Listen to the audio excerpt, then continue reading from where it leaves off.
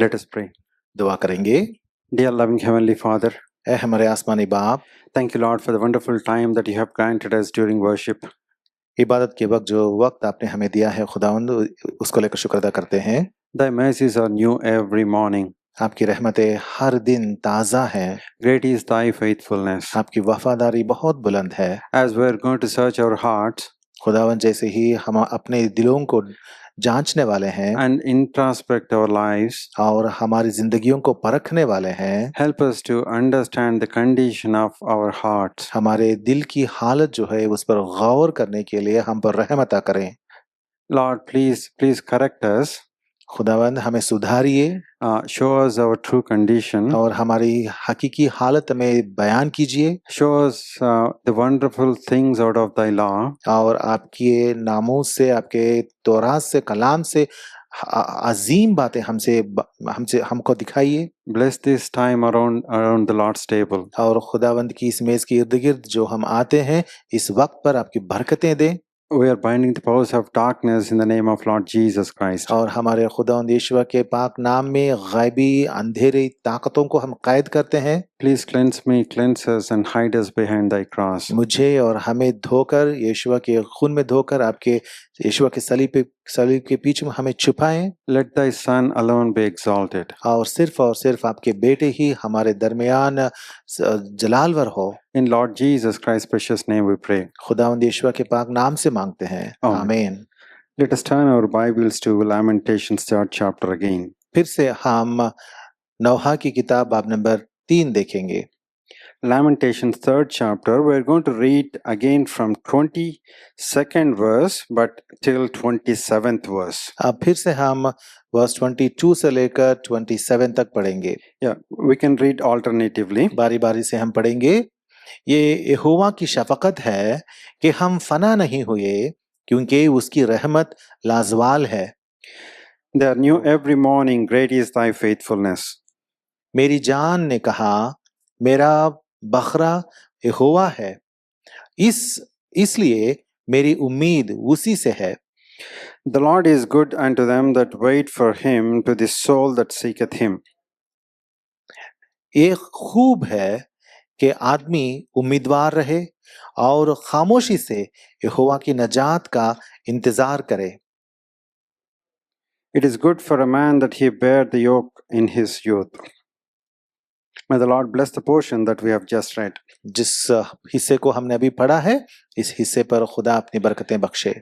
During the worship message, we have seen about the Lord's mercies and Lord's compassions. हमने इबादत के वक्त देखा था कि हमारे खुदा के रहम और उसकी वफादारी कितनी बड़ी है। Lord's mercies and compassions, they refresh us every morning. खुदा की शफकत और उसकी रहमत हर सुबह हम पर ताज़ा है। And we have tasted God's faithfulness. और हमारे खुदा की वफादारी को हमने चखा भी है। Now, going beyond these two verses, we're going to meditate on the next 4 verses. और इन दोनों आयतों को पार करके हम बाकी 4 आयतों को हम पढ़ेंगे, मुताला करेंगे। From 24th to 27th verse we see. अगर हम 24 से लेकर 27 आयतों तक देखेंगे, As God leads, I want to draw your attention to firstly with the first verse, 24th verse. खुदा की रहमत के मुताबिक मैं पहले 24th वर्स आपको देखने के लिए कहता हूँ। Here the prophet says, the Lord is my portion. यहाँ पे नबी कहता है कि मेरा बखरा यहोवा है। And then in the 25th verse, it is written, the Lord is good unto them that wait for him. और 25वीं आयत वर्स 25 में लिखा हुआ है कि यहोवा उन पर मेहरबान है जो उसके मुंतजिर हैं। And then it is written to the soul that seeketh him. और जो उसको ढूंढता है, तालिब होता है, उनके बारे में लिखा हुआ है। And finally in the 27th verse we see it is good for a man that he bear the yoke in his youth. और 27 वर्स 27 में बताया गया है कि आदमी के लिए बेहतर यह है कि अपनी जवानी के अयाम में फरमाबरदार करे। Here we see the first point that we want to meditate is the Lord is my portion. पहली बात जिस पर हम मुताला करना चाहते हैं वो ये है कि यहोवा खुदा जो है वो मेरा बखरा है। Generally, when we think about the inheritance, जब भी हम एक मीरास के बारे में सोचेंगे when we think about the portion that we're going to inherit, और उस मीरास में जो बकरा हमें मिलता है उसके बारे में जब हम सोचेंगे, we generally think about the material inheritance. आम तौर पे मीरास बोले तो जो मालो असबाब होता है उनके बारे में सोचते हैं, But God is certainly interested in the spiritual inheritance. लेकिन खुदा ये चाहता है कि हम रूहानी मीरास को हासिल करें। Wonderful promises are given to Abraham, बेशकीमत वायदों को खुदा ने अब्राहम को दिया था and Abraham's descendants are going to inherit a lot of wonderful promises. और अब्राहम के नस्ल उसकी नस्ल जो है उनको भी बहुत बेशकीमत वायदे खुदा ने दिया था। In God's grand plan, the descendants of Abraham are going to be a blessing unto this world. और खुदा के मंसूबे के मुताबिक अब्राहम के फर्जंद जो होते हैं वो इस दुनिया पर वो लोग हुक्मरानी करेंगे। More importantly, Messiah, the Savior of this world, is going to come through the descendants of Abraham. और इन सारी बातों में से अफजल बात यह है कि माशियख जो है वो अब्राहम की नस्ल से पैदा होने वाला है। Here we see the prophet saying, "The Lord is my portion." यहाँ पे नबी क्या कहता है? वो कहता है यहोवा मेरा बकरा है। In Old Testament, in few places we see the Lord is my portion. हम देखते हैं पुराने अहदनामा में कई जगह हम देखते हैं कि यहोवा मेरा हिस्सा है या बकरा है। Let us see one portion from Jeremiah 10th chapter 16th verse. हम देखेंगे यिर्मयाह की किताब चैप्टर 10 और 16वीं आयत में 10 और 16 में 10:16 it is written, "But the Lord is the true God, Yeah. He is the living God." I'm reading 16th verse. "The portion of Jacob is not like unto them, for he is the farmer of all things, and Israel is the rod of his inheritance. The Lord of hosts is his name." याकूब का बकरा उनकी मानिंद नहीं, क्योंकि वो सब चीजों का खालिक है और इस्राएल उसकी मीरास का आसा है। रब्बुल अफ़वाज लश्करों का यहोवा उसका नाम है। In Lamentations we have seen, "The Lord is my portion." हमने देखा नौहा की किताब में लिखा हुआ है कि यहोवा मेरा बकरा है। And in Jeremiah 10:16 we have seen, "The portion of Jacob is not like unto them." और यिर्मयाह की किताब में हमने देखा 10:16 में कि याकूब का बकरा उनकी मानिंद नहीं। And then it is written, "For he is the farmer of all things." क्योंकि और ये भी लिखा हुआ है कि वो सब चीजों का खालिक है। What does it mean? इसका मतलब क्या होता है? And wonderful promises are given to Abraham. और अब्राहम को तो बहुत अच्छे वायदे दिए गए। They were confirmed to Isaac. और ये सारे वायदे इसहाक को दिया गया था। God is establishing these promises and his covenant relationship with the descendants of Abraham with Jacob as well. और अब्राहम की नस्ल में याकूब से भी खुदा ने ये सारे वायदे मुकर्रर किए। The portion of Jacob is not like them. इसीलिए कहा गया है कि याकूब का बकरा उनकी मानिंद नहीं। Have you ever thought about your spiritual inheritance? क्या आपने अपनी रूहानी बकरे या मीरास के बारे में कभी ख्याल किया? When we try to understand our inheritance that we are going to inherit, अगर आप एक बार ख्याल करेंगे कि जिस रूहानी आसमानी मीरास को हम मीरास में पाने वाले हैं, if you really understand the wonderful inheritance that we are going to get, अगर आप एक बार ख्याल करेंगे कि हम कितने अजीम आसमानी नूरानी मीरास को हासिल करने वाले हैं, the limited time that we are going to spend on this earth, we are going to spend it differently. तो उसके मुकाबले में जो इस जमीन पर जो चंद लम्हे चंद अयाम हम बिताने वाले हैं वो तकरीबन नाचीज ही ठहरेंगे। And the servants of God, they said, "The Lord is my portion." इसीलिए खुदा का खादिम यहाँ फरमाता है कि यहोवा ही मेरा बकरा है। In Psalm 119:57 it is written, "Thou art my portion, O Lord." यहाँ पे मज़ामिर की किताब चैप्टर 119:57 में लिखा हुआ है यहोवा मेरा बकरा है। Thou art my portion, O Lord. यहोवा मेरा बकरा है। God is my portion. यहोवा ही मेरा बकरा है।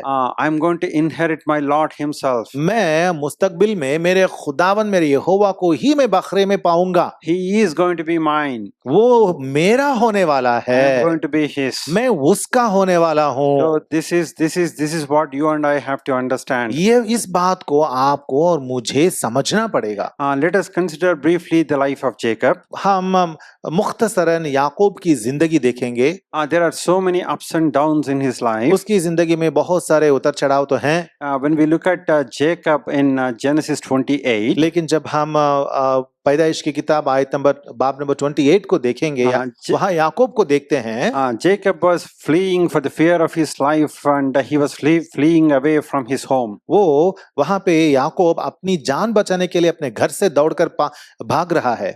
And Lord met him on the way to Haran. तो उस वक्त हारान की राह में खुदा यहोवा उसे मिलते हैं। The Lord met him in a place which later he called it as Bethel. और उस जगह को बाद में उसने बेतेल करके नाम भी दिया था। Initially he did not understand what that means. शुरू में उसको पता नहीं था कि उसका मतलब क्या होता है। What he can recollect is only the place where he got a dream. उसको सिर्फ इतना ही याद था कि वो जगह ये है जहां पे मुझे एक ख्वाब या रोया हुआ था, आया था। A man fleeing away from his home, घर से भागने वाला एक इंसान, where his heart was filled with fear. उसके दिल में बहुत घबराहट था। There is so much of uncertainty in his life. और उसके मुस्तकबिल को लेकर वो बेचैन था। That's the time where he was getting a visitation from heaven. उस वक्त आसमान से उसको एक रोया या ख्वाब होता है। A wonderful revelation was given unto him. एक बहुत बड़ा मुकाशिफा उसके सामने पेश किया जाता है। In his current spiritual condition, Jacob was not able to understand the particular revelation. और उस वक्त उसकी रूहानी हालत ऐसी थी कि उसको उस मुकाशिफे का मतलब समझ में नहीं आया था।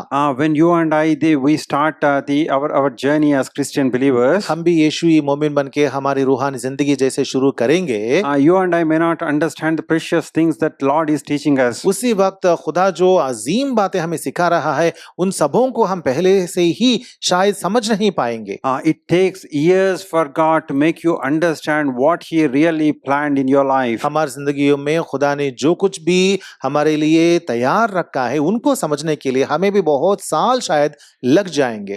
Jacob did not understand this. याकूब को भी शुरू में ये बातें समझ में नहीं आई थी, but God made him understand in the later years. लेकिन बाद में खुदा ने ये सारी बातों को उसे समझाया। Let us look at the few verses. We are not going to read all these verses from Genesis 28 chapter. खुरूज की पैदाइश की किताब बाब नंबर 28 में हम चंद बातें देखेंगे, सब बातें हम नहीं देखेंगे। In the 13th verse, God is revealing himself. यहाँ 13वीं आयत में वर्स 13 में खुदा अपने आप को उस पर जाहिर कर रहा है। Here he is telling Jacob in the vision, in the dream, I am the Lord God of Abraham thy father and the God of Isaac. The land whereon thou liest, to thee will I give it and to thy seed. यहाँ पे खुदा व यहोवा ने याकूब को एक ख्वाब में दिखाई देकर कहता है, और यहोवा उसके ऊपर खड़ा कह रहा है, मैं यहोवा हूँ, तेरे बाप अब्राहम का खुदा और इसहाक का खुदा हूँ। मैं ये जमीन जिस पर तू लेटा है तुझे और तेरे नस्ल को दूंगा। God is revealing himself as the God of Abraham and Isaac, his forefathers. खुदा अपने आप को उसके बाप दादा यानी अब्राहम और इसहाक के खुदा करके बता रहा है। That means he has to understand that there is wonderful spiritual inheritance that he is going to get. इसका मतलब ये है कि याकूब को एक बहुत अच्छे रूहानी मीरास हासिल होने वाली है। And then in 14th verse he says, और 14वीं आयत में वो कहता है, he is reminding the same promises that he has given to Abraham and Isaac, and he says, thy seed shall be as the dust of the earth, and thou shalt spread abroad to the west and to the east and to the north and to the south, and in thee and in thy seed shall all the families of the earth be blessed. और Abraham और इसहाक के वायदों को याद दिलाते हुए खुदा याकूब से कहता है, वर्स 14, और तेरी नस्ल जमीन की गर्द के जर्रों की मानिंद होंगी, और तू मशरिक और मगरिब और शिमाल और जुनूब में फैला जाएगा, और जमीन के सब कबीले तेरे और तेरी नस्ल के वसीले से बरकत पाएंगे। Here we see God's wonderful promises. यहाँ खुदा के बेशकीमत वायदों को हम देखते हैं। And in the 15th verse, he says, I am with thee and will keep thee in all places whither thou goest. और 15वीं आयत में वो कहता है कि मैं तेरे साथ हूँ और हर जगह जहाँ कहीं तू जाए तेरी हिफाजत करूंगा। And God is going to bring him again back into this land. और फिर वापस खुदा इसे इसी जमीन पर लाने का वायदा करता है। In Christian life, formative years are very important. यीशुई जिंदगी में भी शुरू के दिन या साल जो होते हैं वो बहुत अहमियत रखते हैं। What are formative years? शुरू के दिन का मतलब क्या होता है? When we are born again. जब हम नए सिरे से पैदा होते हैं। When we accept Lord Jesus Christ as our personal Savior. हमारे खुदावंद यीशु को हमारे नजात दहिंदा करके जब मानते हैं। We start the Christian walk of faith. हम यीशुई रूहानी चाल चलन में कदम बढ़ाते हैं। God starts giving us wonderful promises through His Word. अपने कलाम के जरिए से खुदा बहुत अजीबोगरीब वायदे हमें देने लगता है। You may not understand. उनके बारे में हमें शायद समझ में शुरू में नहीं आता। But all that we try to do during that stage was to just believe God's promises. लेकिन उस पहलू में हमें तो सिर्फ इतना करना चाहिए कि खुदा के वायदों को थाम के रहना चाहिए। But some people they even forget the promises that they have received from the Lord. लेकिन कुछ लोग ऐसे भी हैं जो भूल जाते हैं कि खुदा ने उन्हें क्या वायदे दिए हैं। There could be several reasons why they forgot those promises. ऐसे खुदा से दिए गए वायदों को भूलने की बहुत सारे उनके पास वजह हो सकते हैं। Probably they might have walked away from the ways of God. शायद वो लोग खुदा के रास्तों से भटक गए हैं। Probably they were looking at the circumstances in the later years. They were bogged down by so much of sorrow in their lives. शायद वो लोग बाद में अपनी जिंदगी में जो भी मुसीबतें तकलीफें आने लगी उन पर नजर करके रूहानी तौर पर वो लोग शायद गिर गए हैं। The reason why we wanted to look at these three verses, we'll understand it in the later stages. ये तीन आयतों पर हम क्यों नजर करने वाले हैं इसका मतलब हम बाद में समझेंगे। These are the three promises based on which God continued to work in the life of Jacob. ये तीन वायदे हैं यहाँ पे जिनकी बुनियाद पर खुदा याकूब की जिंदगी में काम करने लगता है। God is continued to be with Jacob. याकूब के साथ मुसलसल खुदा रहता है। He will continue to be the God of Jacob. और याकूब का खुदा बनकर वो मुसलसल रहता है। And though now he is going to Haran as a single person. और हालांकि अब वो हारान को अकेला बनकर जा रहा है। He is going to bless the seed of Jacob. फिर भी खुदा याकूब की नस्ल जो है उस पर बरकत लाने वाला है। And Jacob is not going to be never left alone. और याकूब को खुदा कभी भी अकेला छोड़ने वाला भी नहीं है। So these are three wonderful promises that God has given him. तो खुदा ने इस तरीके से तीन वायदे अजीबोगरीब वायदे उसे दिए हैं। After several years, और बहुत साल गुजरने के बाद Jacob fled Laban. लाबान से वो बिछड़कर भागकर याकूब निकल जाता है। And the Lord told him to return back to the land of his forefathers. क्योंकि खुदा ने याकूब से कहा उस वक्त के तू लाबान से निकलकर अपने बाप दादों के मुल्क में चले जा। In Genesis 32nd chapter, इसीलिए पैदाइश की किताब 32वीं चैप्टर 32 में हम देखते हैं। in the 9th verse he says, वहां पे वर्स 9 में वो कहता है, And Jacob said, O God of my father Abraham and God of my father Isaac, the Lord which says unto me, Return unto thy country, unto thy kindred, and I will deal well with thee.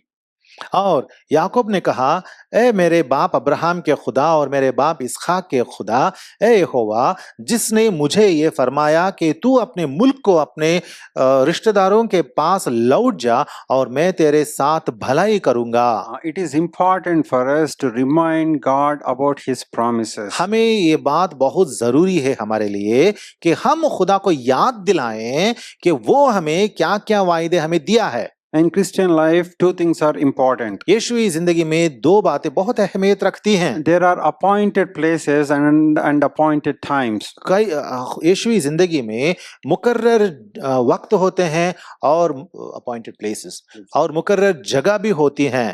In the appointed times, you have to stay in the appointed places. जो मुकर्रर वक्त होते हैं उन मुकर्रर वक्तों में आपको मुकर्रर मकामों में या जगहों में आपको रहना जरूरी है। Irrespective of the situation, the circumstances, you have to stay in the appointed places and see that is where you're going to get the protection. का हालात कैसे भी क्यों ना हो, आपको तो उस मुकर्रर मकाम में या जगह में जरूर रहना है, तभी आप उसका अंजाम देखेंगे। Now Jacob reminds God that you have told me to return unto the place of my fathers, forefathers. अब देखिए याकूब सिर्फ ऐसा ही कर रहा है कि वो खुदा को याद दिला रहा है कि तूने मुझसे कहा कि तेरे बाप दादा के मकाम जगह में या मुल्क में चले जा। In the interest of time, let us move forward. वक्त कम है तो जल्दी आगे बढ़ेंगे। And in 32nd chapter, we see Jacob wrestling with God. और उसके बाद हम इसी आयत में चैप्टर 32 में देखते हैं कि याकूब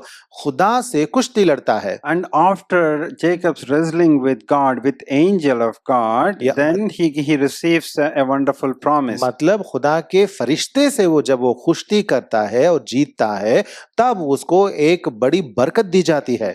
In the 28th verse, let us read it. Verse 28 में हम देखेंगे, And he said, Thy name shall be called no more Jacob, but Israel, for as a prince has thou power with God and with men, and has prevailed. उसने कहा तेरा नाम आगे को याकूब नहीं बल्कि इस्राएल होगा, क्योंकि तूने खुदा और आदमियों के साथ जोर आजमाई की और गालिब हुआ। In Penuel, God changed his name from Jacob to Israel. पेनुएल की जगह में खुदा ने याकूब से उसका नाम इस्राएल में तब्दील कर दिया था। Now Jacob is now called as the prince with God or prince of God. अब याकूब को ये नाम दिया गया इस्राएल। इसका मतलब होता है खुदा के साथ वो एक मुकर्रर प्रिंस बन गया है। When Jacob is called or transformed into Israel, जब याकूब इस्राएल में तब्दील हो जाता है, he is going to enjoy the power of God. तब वो खुदा की कुदरत के एहसास में आता है। Jacob need not live a life of defeat. अब याकूब को गिरी हुई जिंदगी जीने की जरूरत नहीं है। Jacob need not live a life of fear.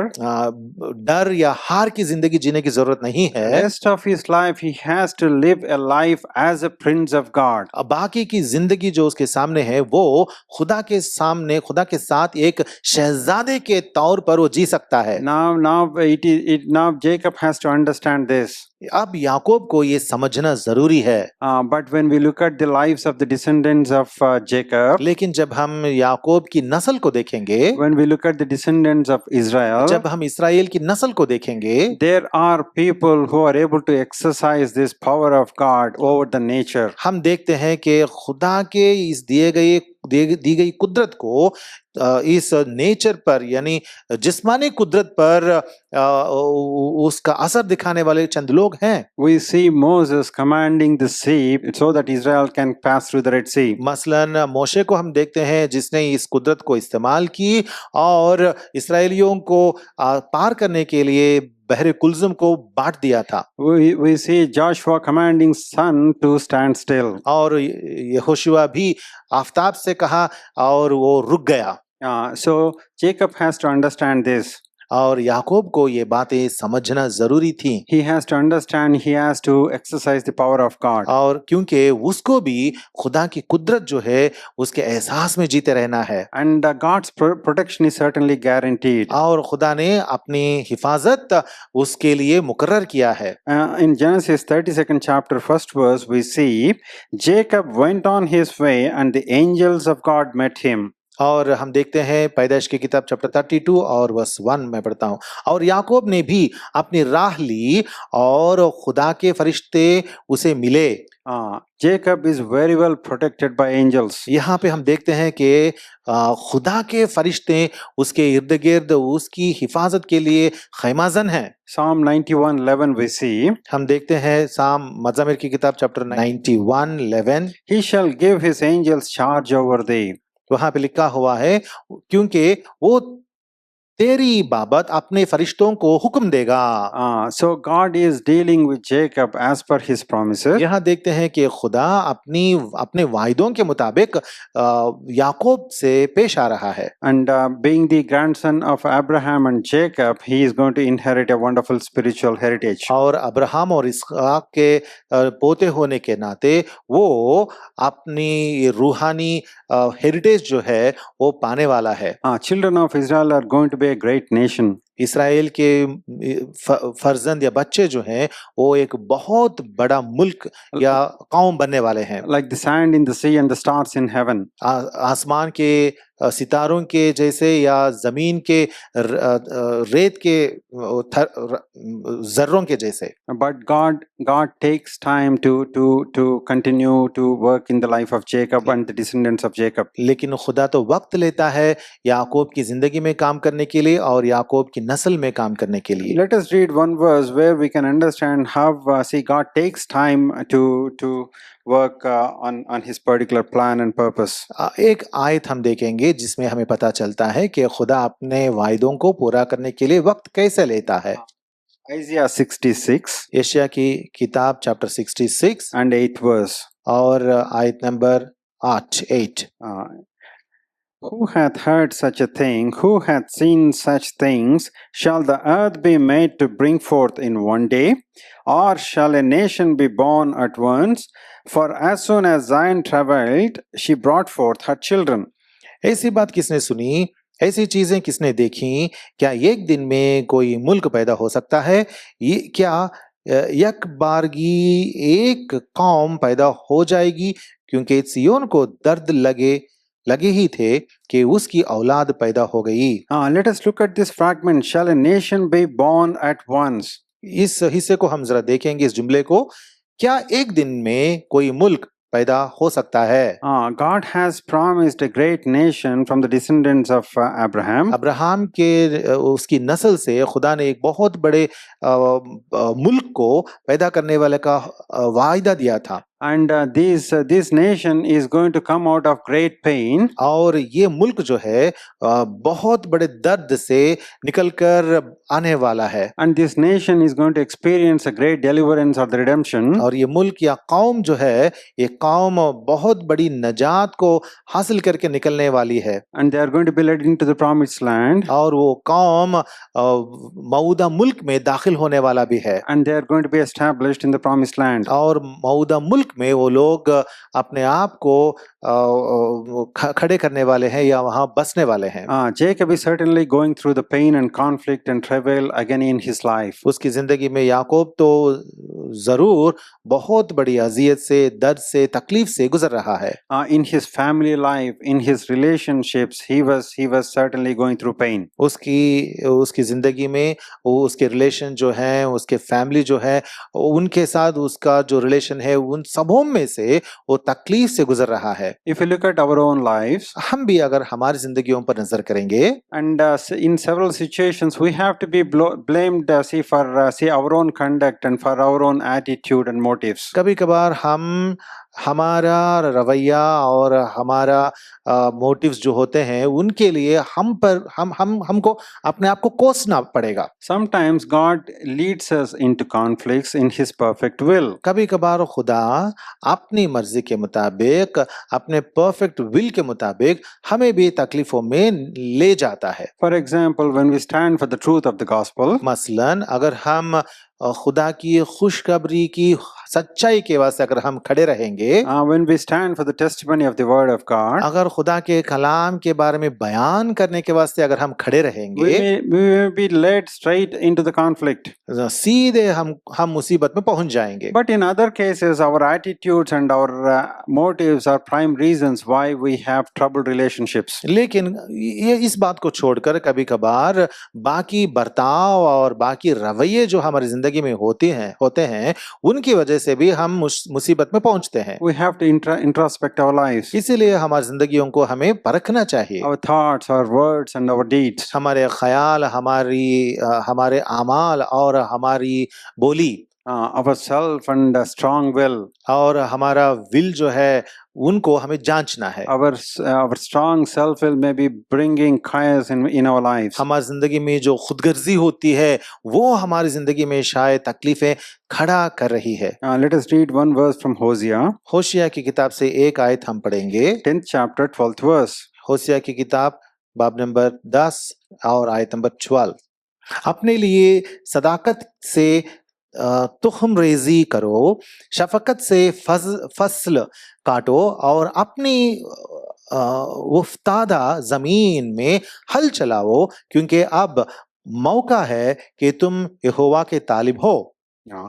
Sow to yourselves in righteousness, reap in mercy, break up your fallow ground, for it is time to seek the Lord till he come and rain righteousness upon you. Here we see, sow to yourselves in righteousness. यहाँ लिखा हुआ है कि अपने लिए सदाकत से तुखम रेजी करो, Break up your fallow ground. अपनी उफ्तादा जमीन में हल चलाओ। And the ground he is referring to can be compared to our heart. और ये जमीन जो यहाँ लिखा गया है उसका मतलब होता है हमारे दिल। Our heart may be very fruitful to bear the fruit of the Spirit. हमारा दिल जो है वो रूह का फल फलने के लिए शायद बहुत अच्छा जमीन है। We have to understand the kind of heart that we have. यहाँ हमें तो जांचना है कि हमारा दिल किस तरह है। Sometimes Christian believers can be barren in their lives. कभी कभार यीशुई लोग अपनी जिंदगियों में रूहानी तौर पर बांझ रहते हैं। Though they are born again, मतलब शायद वो लोग फिर से नए सिरे से पैदा हुए होंगे, their lives would be barren. उनकी जिंदगियां बांझ या बेफल रह जाती हैं। They are not interested in their heart business. वो लोग अपने दिल को वो परखने वाले नहीं होते हैं। They are not able to do the introspection in their lives. वो अपने आप को जांचने वाले नहीं होते हैं। But here we have been instructed to break up your fallow ground. यहाँ पे हमारे लिए खुदा ने ये कहा है कि अपनी उफ्तादा जमीन में हल चलाओ। As we allow the blessed Holy Spirit and the Word of God to work in us, उसका मतलब है कि जब हम खुदा के पाक रूह को हमारी जिंदगी में काम करने के लिए हम आने देते हैं, God works in our hearts. खुदा हमारे दिलों में काम करने लगता है। God starts making it very fertile. और खुदा उसे बहुत फलदार बना देगा। God sends showers during several times.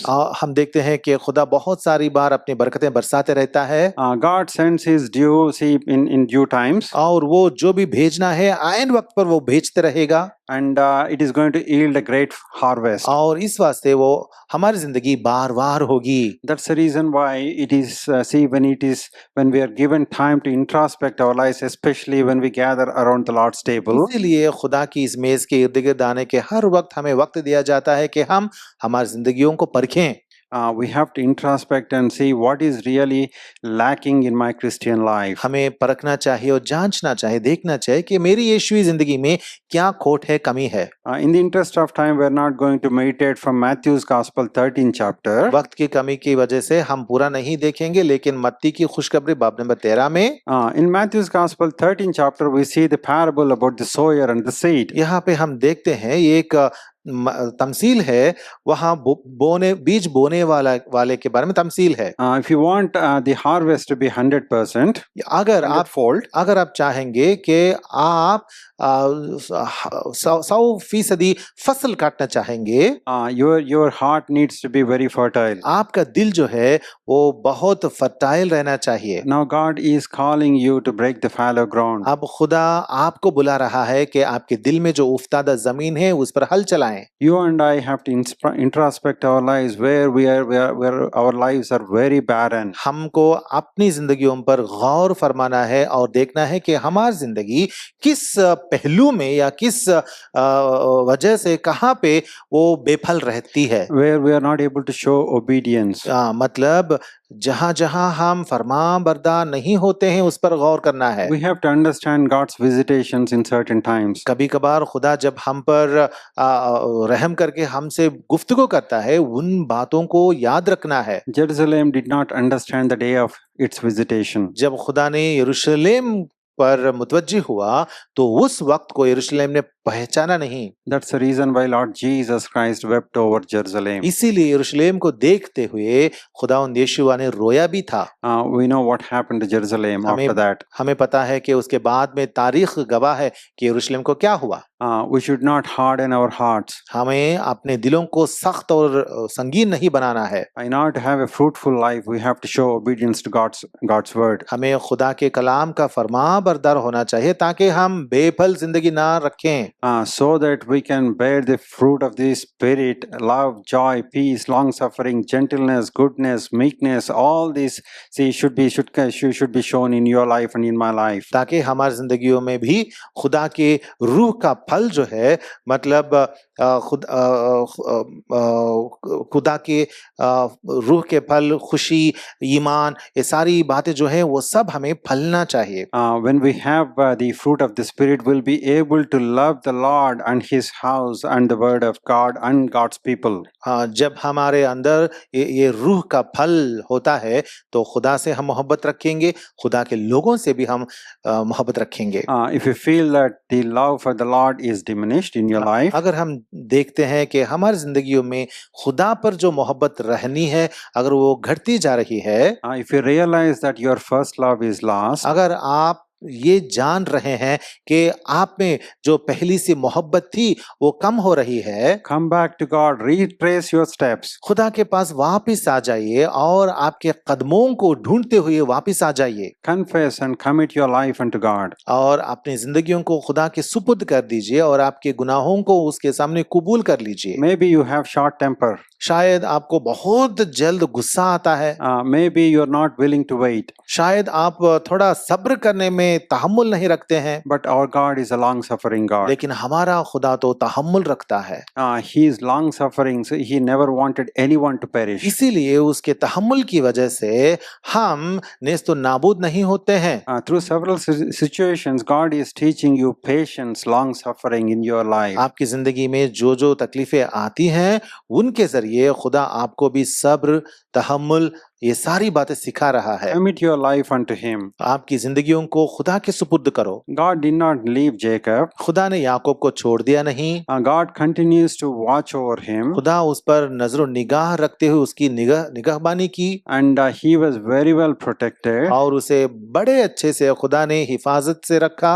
from those several people who pursued his life. उसकी जिंदगी लेने के लिए, जान से उसे मारने के लिए जो उसके पीछे हुए थे, उन सबों से ये याकूब को खुदा ने महफूज रखा। Now he was transformed into Israel, the wonderful prince with God. अब ये इस्राएल में तब्दील हो चुका है, इसका मतलब है खुदा के साथ एक शहजादा की तरह।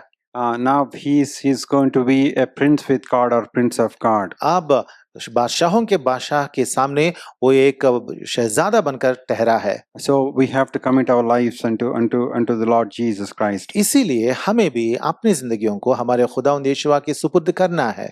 Lastly, coming back to Lamentations 3:27. आखिर में हम वापस आएंगे नौहा की किताब बाब नंबर 3 और आयत number 27। It is good for a man that he bear the yoke in his youth. आदमी के लिए बेहतर है कि अपनी जवानी के अयाम में फरमान बरदारी करे। Yoke actually means bearing burdens or responsibility. यहाँ पे फरमान बरदारी लिखा हुआ है, इसका इंग्लिश में तो योक लिखा हुआ है। इसका मतलब है कि जो हम पर ड्यूटी होता है, काम खुदा का होता है, उसे हम उठाएं और करें। We have to willingly submit ourselves unto the Lord. मतलब ये है कि हम अपने आप खुदा के लिए फरमा बरदारी दिखाते रहें। What it means is to obey the gospel. इसका मतलब क्या है? खुशखबरी के हम फरमा बरदारी दिखाएं and yield ourselves unto the Lord. और खुदा के सुपुर्द अपने आप को कर दें। Have you yielded your life unto the Lord? क्या आपने भी अपनी जिंदगी को खुदा के सुपुर्द किया? It's a blessed life. वो जिंदगी मुबारक जिंदगी होती है। You may be hesitating to yield your life unto the Lord. शायद आपकी जिंदगी खुदा के हाथों में देने में आप थोड़ा सा हिचकिचा रहे हैं। Initially I hesitated to commit myself unto the Lord. शुरू में मैं भी मेरी जिंदगी को खुदा के सामने रखने के लिए थोड़ा हिचकिचाया था। See what I thought I'll be losing my independence. मैंने सोचा कि मैं मेरी जिंदगी का मुख्तार हूँ, ये आजादी में खो जाऊंगा। I'll be losing several friends. और मेरे बहुत सारे दोस्तों से मैं दूर हो जाऊंगा। Let me tell you, you are going to lose the whole world, but you're going to gain the wonderful Lord. लेकिन मुझे कहने दीजिए कि जरूर आप इस तमाम दुनिया को खो बैठेंगे, लेकिन उस अजीम खुदा को, खुदावंद को अपना लेंगे। He is a wonderful savior. वो बहुत अच्छे प्यारे नजात दहिंदा है This is a wonderful salvation. और वो बहुत अजीम नजात आपको देंगे। This is what we can learn from the life of Jacob. याकूब की जिंदगी से हम इन्हीं बातों को जान लेते हैं। If you have fear in your life, अगर आपकी जिंदगी में डर है, if you are looking at the defeat in your life, अगर आपकी जिंदगी में अगर आप हार चुके हैं, the same God of Jacob is your God and he is my God also. याकूब का खुदा जो है वो ही आपका खुदा है और मेरा भी खुदा है। He wants to transform you into Israel. वो चाहता है कि वो हमें इस्राएल में तब्दील कर दे। He never wanted you and me to live as beggars. वो कभी नहीं ये चाहता कि हम भीख मांगने वाले बनकर जिएं।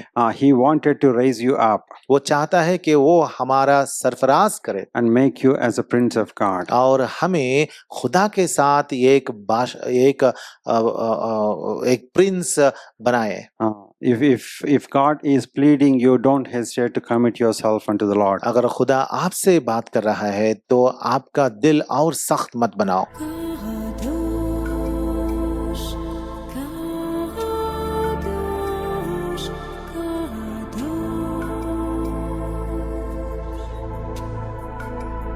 Adore